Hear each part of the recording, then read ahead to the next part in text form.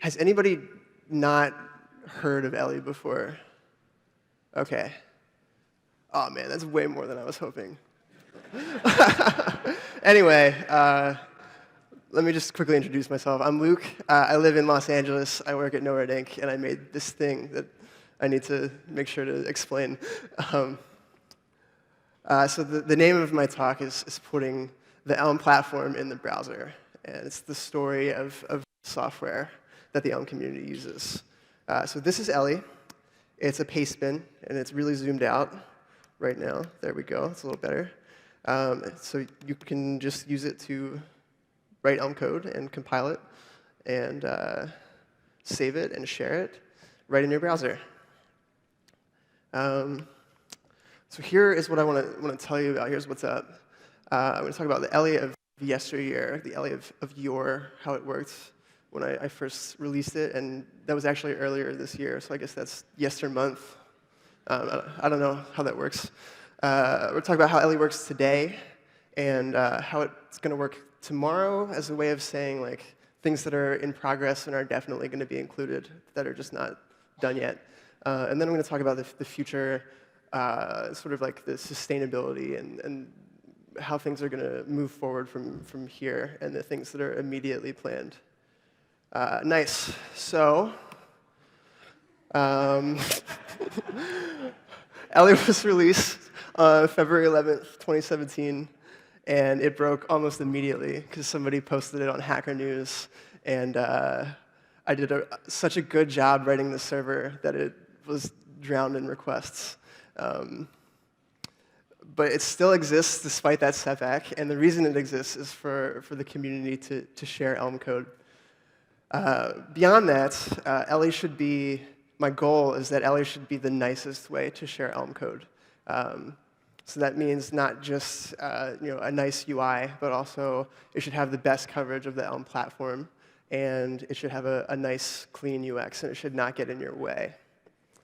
So there's some things that existed to share Elm code before ELLIE was released. I think the longest existing one was elmlang.org/try, and this is still something that you can use if you go to the Elm website.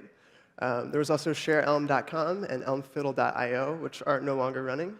And there's runelm.io. So quick non sequitur. ELLIE took about 15 months to build, from deciding that this is a thing that I wanted to do to actually releasing it. So back to the prior work, why even put that time in? The reason is because one time I needed to make an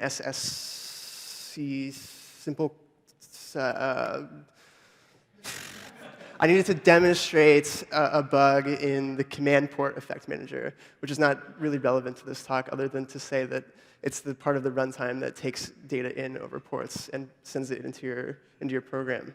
And none of the existing to share Elm had ports available. You couldn't write HTML and JavaScript in conjunction with your Elm code that you wanted to share. So what I had to do was like set up a new project and make an HTML file and make an Elm file and compile it, which is just, who's got time for that? So what I decided to do was pick up the Elm platform and put it over here in the cloud. And the technical details of that, without spending too much time on them, there's a Node.js server that would save your code. So whatever you type in here goes in a Postgres database. And if you compiled some code, it would send that JavaScript off to S3 that I could pull down later if you wanted to embed it in your blog posts. And it would do all of that by running elm make in a subprocess on the server. And the front end is written in Elm, #Obvi, because this is elm-conf, and this is an Elm tool, and I like Elm. And also a little JS, because you need a little JS sometimes with your Elm programs. And what I learned, this is the first product I ever launched, something I learned about products is that servers cost money. And something else I learned is that Luke is bad at servers. So those are related. And then a third point is that ELLIE is supported by advertising, which is not the most predictable and powerful source of supporting income unless you have a lot of traffic. So this is, ELLIE's been out for a couple months. It's about April at this point. I'm thinking about, this costs me more than I would care for it to, and I need to do something about that. So I started to ask this question of how can we run the compiler for free? That would be pretty cool, with perfect linear scaling, which would be even cooler. So the name of this talk, again, is putting the Elm platform in the browser. So the ELLIE of today, the way that it works, is we take the Elm platform, we pick it up, and we put it literally in the browser. What that means in more serious, non-SpongeBob related terms is that ELLIE runs the Elm compiler in web workers. So if you open ellie-app.com today, what's going to happen is it will download a bunch of code from a CDN. And hopefully you can see here there's 1, 2, 3, 4 little gear icons. Those are all web workers. Each of them has an identical copy of the Elm compiler, which is written in Haskell and cross-compiled with GHCJS and wrapped in an interface. And we create as many web worker instances as you have cores on your machine. And that's what we use to run the compiler. So when I hit this button, it's running JavaScript code in your browser to produce the Elm code output. So like I said, this is done using GHCJS. This is based on prior work, so I want to give a shout out to Art Yerkes. I've never met Art before, but he made this thing called Elm Basic Compile, which is the big step towards seeing if the Elm compiler would actually compile with GHCJS in the first place. It turns out it does, which is really cool. And it works, which is even cooler. Not as cool, the file that it gives you is about 13 megabytes, which is just way too big to send to somebody's browser, especially if they're in somewhere that's not Silicon Valley, that doesn't have super fast internet. So in order to really verify this, I tried Uglify, and it did pretty good. It got us down to 4 megabytes, which is still huge, but not so huge that you couldn't do it and have like a progress bar, and it would be OK. And we saved the compiler in IndexedDB permanently, so it's not like you have to do this every time you open ELLIE. And then, much to my surprise, and also to the surprise of everybody I told this to, if you gzip this, it gets it down to 750 kilobytes, which is like just about the size of a file you'd want for a web app that does this much computation. So that's great. It totally rules. So now, with that change, that gave me the opportunity to really redo the backend. So now the backend is just Python, and it takes your code and it pushes it immediately to S3. We don't need Postgres because revisions never change. When you save something in ELLIE, it's there forever, and we don't really need the power of a relational database to deal with reading from that. And the front end is still #obvi, just Elm, and still a little JS, a little bit more than before. And the outcome of this is that the money that it costs to run ELLIE now is less than the ad generates, which was the goal, so it's cool that it worked out that way. And that means that ELLIE is now sustainable, which means that it can be how it is forever, and ostensibly forever, and we don't have to worry about it going away. And it's also stable in terms of technologies. So now that this is in production, I can start thinking less about like what kind of technology stuff we have to do just to make ELLIE run in the first place, and really dig into what ELLIE is actually for and how people are actually using it, and start to optimize it for those use cases. So the things that people use ELLIE for the most are, by far, number one, asking and answering questions in Slack. People, a beginner will go into the beginner's channel and say, this doesn't compile, I don't understand why, but here's the errors, if I can share this in ELLIE. And then somebody who's more of an expert will look at that, and they'll fork it, and they'll fix the compiler errors, and that goes back and forth until we arrive at something that works for the person who was asking a question. So this is a kind of conversation, it's kind of teaching. People use it for teaching directly in workshops and at conferences. And then, to lesser of a degree, third is the thing that I originally imagined it would be used for, which is interesting and cool to encounter. So before I said that ELLIE exists to share Elm, but I think ELLIE really exists for people to talk about Elm. So that's a really key insight that I've been able to get from running this for however many months that is going to guide the future of the platform. So if we're talking about the ELLIE of tomorrow, these are features that are incoming that are now based on this insight. So the first thing is collaboration, and I mean like real-time collaboration. So if I go over to this staging build of ELLIE and I zoom in a little bit, you see this new collaborate button up here, and I can click that, and this little thing pops up. I can take that link, come over to a different browser, anywhere in the world. This is something that's supported by Mozilla, and it's widely used. It's nice and it works. So I can join this session, and I can come over here, and that is not supposed to be there, so pretend like it actually works.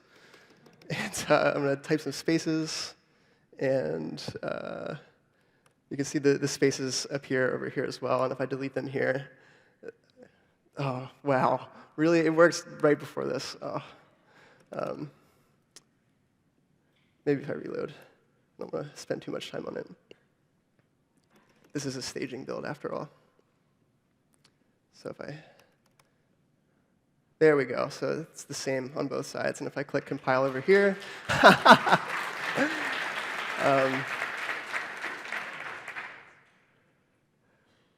So if I click compile on one side, it starts to compile on the other as well. So we're just going to tweak that until it's got nice parity and doesn't break on stage in front of hundreds of people. That would be cool. Yes, so collaboration is nearly finished and going to be in production within weeks. The next thing, as I mentioned at the beginning of the talk, is that ELLIE should be the nicest way to share and talk about Elm. So part of that is just a nicer UI. So I wanted to, since this is so far along, I wanted to demonstrate it. So this is the current user interface, and I have now a more spacious and higher contrast user interface that just stays out of your way a little bit better. So before, if you wanted to add a package, it would just kind of interrupt you with a modal. And now we can search for those on the side, and it'll even show you a little picture of the person who made the package. And importantly, we can clear the compiler cache in case things are going awry. And then the third thing that I think is going to be really important for moving the platform forward is to make ELLIE open source. So ELLIE is not currently available. All of the code is on GitHub. So you can here's my library for ELLIE. And that's actually not going to be part of the ELLIE of tomorrow, because I'm just going to do that right now. Oh, shoot. Well, it'll just be dots. It's fine. There it is. So you can go to Westby/ELLIE and see the code.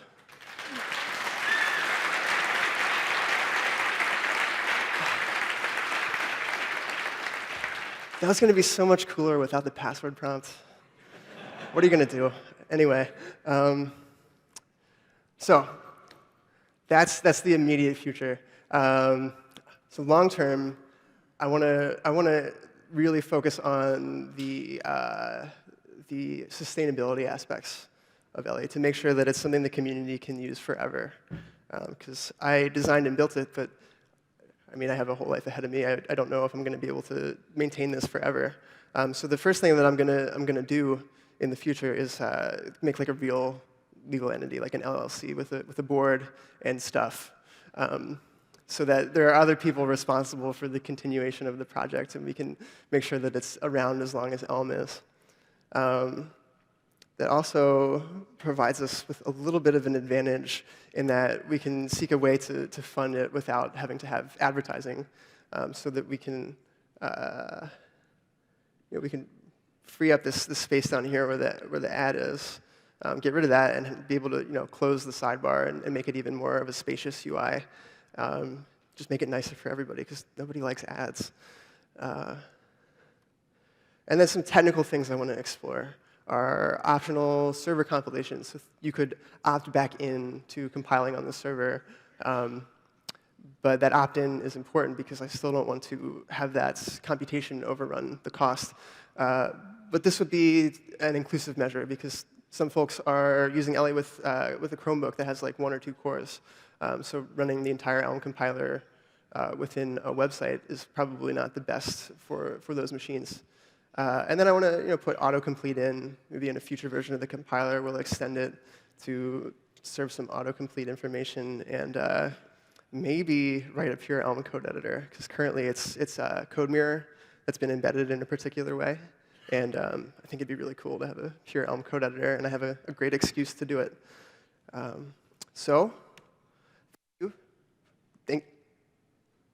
Thank you. I'm Luke Westby, and again, I work at NoRedInk.